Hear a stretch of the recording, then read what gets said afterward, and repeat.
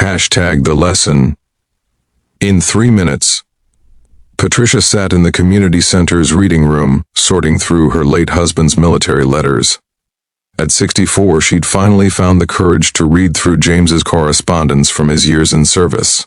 One letter, dated 1982, caught her attention. The paper was worn soft, creased from being folded and unfolded many times. "Dearest Pat," it began in James's careful handwriting. "Today I learned something that will stay with me forever."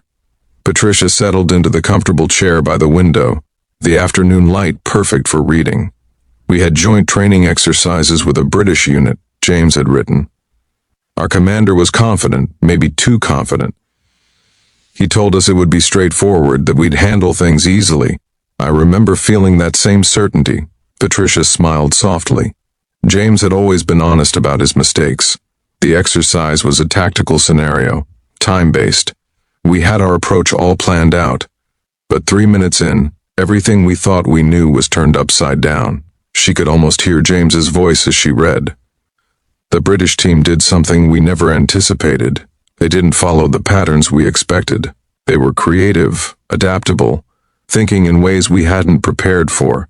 It wasn't that we weren't skilled, we were. But they showed us a different kind of wisdom." Patricia paused, remembering James coming home after that tour.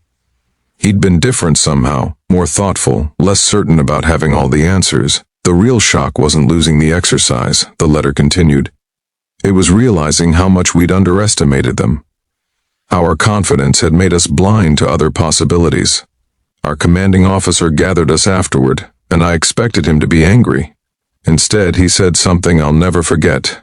"Gentlemen, we just received an education. Let's be grateful for teachers willing to give it." Patricia felt tears gathering.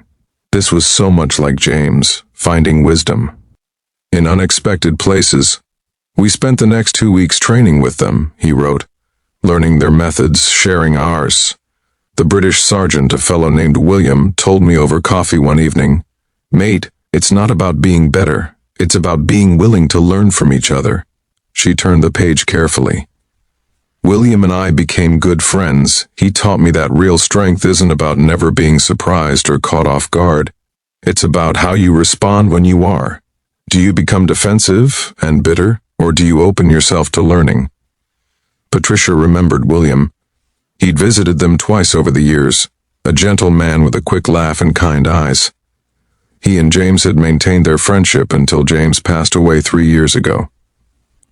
"I'm writing this to you, Pat, because I want to remember this feeling," the letter concluded. "The humility of it, the gift of it.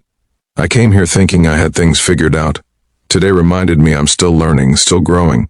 That's not weakness, that's wisdom." Patricia folded the letter carefully and held it to her heart.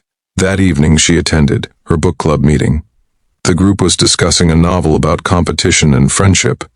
"You know," Patricia said during the discussion, "my late husband James used to say that the moments he learned the most were the moments he was most humbled." Her friend Dorothy leaned forward. "Tell us more."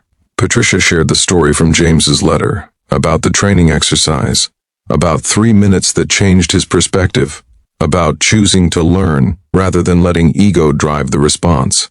"What I love about that story," Patricia said softly, "is that James didn't remember it as a defeat. He remembered it as a gift. Someone showed him a different way of thinking, and he was wise enough to receive it." The room was quiet for a moment.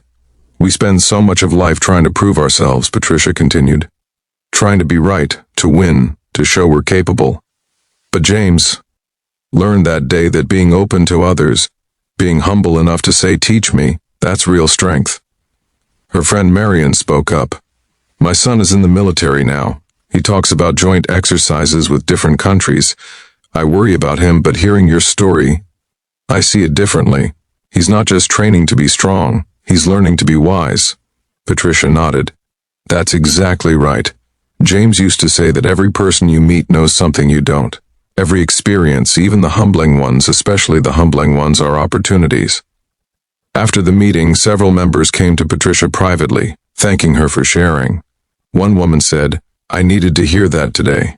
I've been so focused on proving myself at my new job that I haven't been open to learning from my younger colleagues. Walking home under the stars, Patricia thought about James, about William, about the way 3 minutes of unexpected humility had shaped her husband's character for decades to come.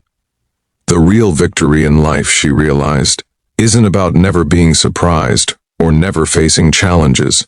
It's about staying open, staying humble, staying willing to learn from anyone and everyone. James had understood that, and in reading his letter all these years later, Patricia understood it too. She looked up at the stars, the same stars that had shone on James during that training exercise 40 years ago.